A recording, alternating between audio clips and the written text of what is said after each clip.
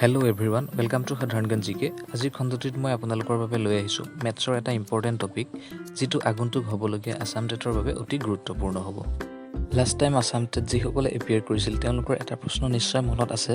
প্ৰশ্নটো হ'ল 12 ঘণ্টীয়া ঘড়ীত যেতিয়া 4:20 যাব, তেতিয়া কাটা দুডালৰ মাজৰ কোণটো কিমান ডিগ্ৰী হ'ব? প্ৰশ্নটোৱে বহুতৰে মাজত কনফিউজনৰ সৃষ্টি কৰিছিলে। গতিকে আহক আজি আমি এনেধৰণৰ প্ৰশ্ন কেনেদৰে সহজে সমাধান কৰিব পাৰি তাৰ এটা চমু আভাস লওঁ। ইয়াৰ কাৰণে আমাৰ কোণৰ ওপৰত সাম্যক ধাৰণা থাকিব লাগিব আৰু লগতে ঘণ্টা আৰু মিনিটৰ কাটা দুডাল কিমান বাজিলে ক'ত থাকে সেই ধাৰণাটো থাকিব লাগিব। তেতিয়া আমি মাত্ৰ কেইটামান নিয়ম ফ'ল' কৰি ঘড়ীৰ কাটা দুডালৰ মাজৰ কোণটো অতি সহজে নিৰ্ণয় কৰিব পাৰিম।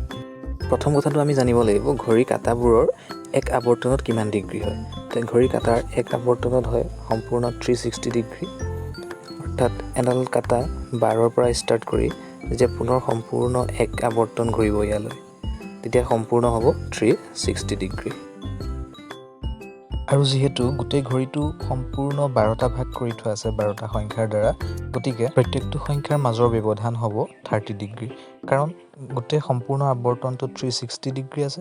360ক যদি আমি ডিভাইডেড বাই 12 কৰোঁ তেতিয়াহ'লে আমি 30 ডিগ্ৰী পাম। অৰ্থাৎ 12 আৰু 1ৰ মাজৰ ব্যৱধানটো 30 ডিগ্ৰী। ঠিক তেনেদৰে 1 আৰু 2ৰ মাজৰ ব্যৱধানটো 30 ডিগ্ৰীয়ে হ'ব, বা 2 আৰু 3ৰ মাজৰ ব্যৱধানটো 30 ডিগ্ৰীয়ে হ'ব, বা যিকোনো দুটা সংখ্যাৰ মাজৰ ব্যৱধানটো 30 ডিগ্ৰী হ'ব। আমি জানিব লাগিব প্ৰত্যেকটো সংখ্যাৰ মাজত থকা প্ৰত্যেকটো সৰু সৰু ঘাতৰ মাজৰ ব্যৱধানটো, যিটো 6 ডিগ্ৰী হয়।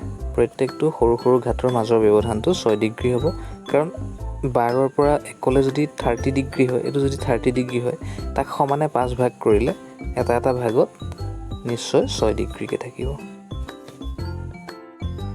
ইয়াৰ পিছত আমি জানিব লাগিব ঘণ্টা কাটাডাল আৰু মিনিটৰ কাটাডালৰ মুভমেণ্টটো, অৰ্থাৎ ঘণ্টা কাটাডাল প্ৰত্যেক মিনিটত কিমান ডিগ্ৰী নিজৰ স্থানৰ পৰা মুভ কৰে, বা মিনিটৰ কাটাডাল নিজৰ স্থানৰ পৰা প্ৰতি মিনিটত কিমান ডিগ্ৰী মুভ কৰে, আমি সেই কথাটো জানি ল'ব লাগিব। ঘণ্টাৰ কাটাডাল প্ৰত্যেক মিনিটত মুভ কৰে 0.5 ডিগ্ৰী, অৰ্থাৎ 1 ডিগ্ৰী মুভ কৰিবলৈ 2 মিনিট লাগিব। আৰু মিনিটৰ কাটাডাল প্ৰত্যেক মিনিটত মুভ কৰিব 6 ডিগ্ৰী। গতিকে এই দুটা কথা মনত ৰাখি ল'লে আমি পিছৰখিনি আমি ধুনীয়াকৈ কৰিব পাৰিম। প্ৰথমতে আমি কেইটামান চিম্পুল উদাহৰণ লওঁ। দেখুৱাই থকা ঘড়ীটোত 8 বাজি আছে, গতিকে 8 বাজিলে কিমান ডিগ্ৰী হয় আমি যদি সেইটো চাবলৈ যাওঁ, তেতিয়াহ'লে ঘণ্টাৰ কাটাডাল 8ত থাকিব আৰু মিনিটৰ কাটাডাল 12ত আছে। এতিয়া আমি ইয়াৰ মাজৰ ব্যৱধানটো কেনেকৈ হিচাপ কৰিম? 8ৰ পৰা 9লৈ এইটো সম্পূৰ্ণ 30 ডিগ্ৰী, 9ৰ পৰা 10লৈ 30 ডিগ্ৰী, 10ৰ পৰা 11লৈ 30 ডিগ্ৰী, আৰু 11ৰ পৰা 12লৈ 30 ডিগ্ৰী। টোটেল কিমান হ'ল? 30, 60, 90, 120। টোটেল কিমান হ'ব? 120 ডিগ্ৰী। অৰ্থাৎ 8টা বাজিলে ঘণ্টা কাটা আৰু মিনিটৰ কাটাডালৰ মাজৰ ব্যৱধানটো 120 ডিগ্ৰী হ'ব। নেক্সট দেখুৱাই থকা ঘড়ীটোত 3 বাজি আছে। 3 বাজিলে কিমান ডিগ্ৰী হ'ব? আমি যিকোনো এডাল কাটা 0 ডিগ্ৰীত ধৰি ল'ব লাগে। 0 ডিগ্ৰীৰ পৰা 12, আমি মিনিটৰ কাটাডাল যদি 0 ডিগ্ৰীত ধৰোঁ, তেতিয়া 12ৰ পৰা 1লৈ 30 ডিগ্ৰী, সেইটো আমি ইতিমধ্যে গম পাইছোঁৱেই। 1ৰ পৰা 2লৈ 30 ডিগ্ৰী, 2ৰ পৰা 3লৈ 30 ডিগ্ৰী। টোটেল 3 × 30 হৈ যাব 90 ডিগ্ৰী।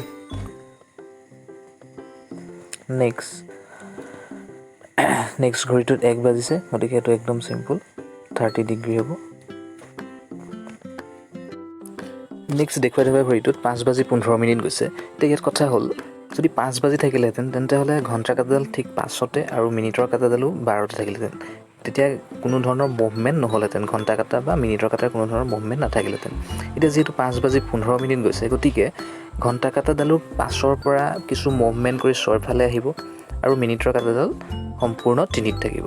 গতিকে ইহঁতৰ মাজৰ কোণটো যদি আমি চাব যাওঁ, তেন্তেহ'লে 5 আৰু 3ৰ মাজত 30 আৰু 30, 60 ডিগ্ৰীটো থাকিবই। লগতে ঘণ্টাৰ কাটাডাল 5ৰ পৰা 6ৰ দিশত কিমান ডিগ্ৰী মুভ কৰিছে সেই কথাটো আমি জানিব লাগিব। যিহেতু ঘণ্টা কাটাডাল প্ৰত্যেক 2 মিনিটত 1 ডিগ্ৰীকৈ মুভমেণ্ট কৰে, গতিকে যিহেতু 15 মিনিট গৈছে, গতিকে 15 মিনিটত নিশ্চয় 15 ডিভাইডেড বাই 2 কৰিলে আমি পাম 7.5 ডিগ্ৰী।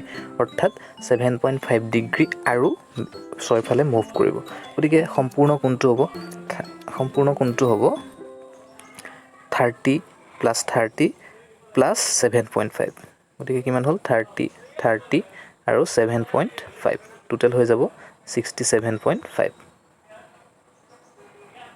নেক্সট ঘড়ীটোলৈ মন কৰক নেক্সট ঘড়ীটোত 6:40 গৈছে গতিকে ঘণ্টাৰ কাঁটাডাল 6ৰ পৰা 7ৰ ফালে মুভ কৰিছে আৰু মিনিটৰ কাঁটাডাল 8ত আছে গতিকে এতিয়া যদি আমি ইয়াৰ মাজৰ কোণটো উলিয়াবলৈ যাওঁ তে 6 বাজিলে যদি ঘণ্টাৰ কাঁটাডাল 6তে থাকে সম্পূৰ্ণ 6ত থাকিলেহেঁতেন তেতিয়াহ'লে 6ৰ পৰা 7 30 ডিগ্ৰী 7ৰ পৰা 8লৈ 30 ডিগ্ৰী টোটেল 60 ডিগ্ৰী এতিয়া কথা হ'ল ঘণ্টাৰ কাঁটাডাল 6তে থকা নাই 6ৰ পৰা কি হৈছে 7ৰ ফালে অৰ্থাৎ মিনিটৰ কাঁটাডালৰ ফালে চাপি গৈছে গতিকে যিহেতু ব্যৱধানটো কমি আহিছে গতিকে এতিয়া আমি কিমান ডিগ্ৰী চাপি গৈছে ঘণ্টাৰ কাঁটাডাল মিনিটৰ কাঁটাডালৰ ফালে সিমানখিনি আমি মাইনাছ কৰি দিব লাগিব তো যদি আমি মাইনাছ কৰোঁ টোটেল 60 ডিগ্ৰী হৈ আছে 60 ডিগ্ৰীৰ পৰা আমি 40 মিনিটত কিমান ডিগ্ৰী মুভ কৰিব 7ৰ ফালে 20 ডিগ্ৰী 40ৰ আধা 20 গতিকে 20 ডিগ্ৰী মুভ কৰিব তো 20 মাইনাছ কৰিলে হৈ যাব 40 ডিগ্ৰী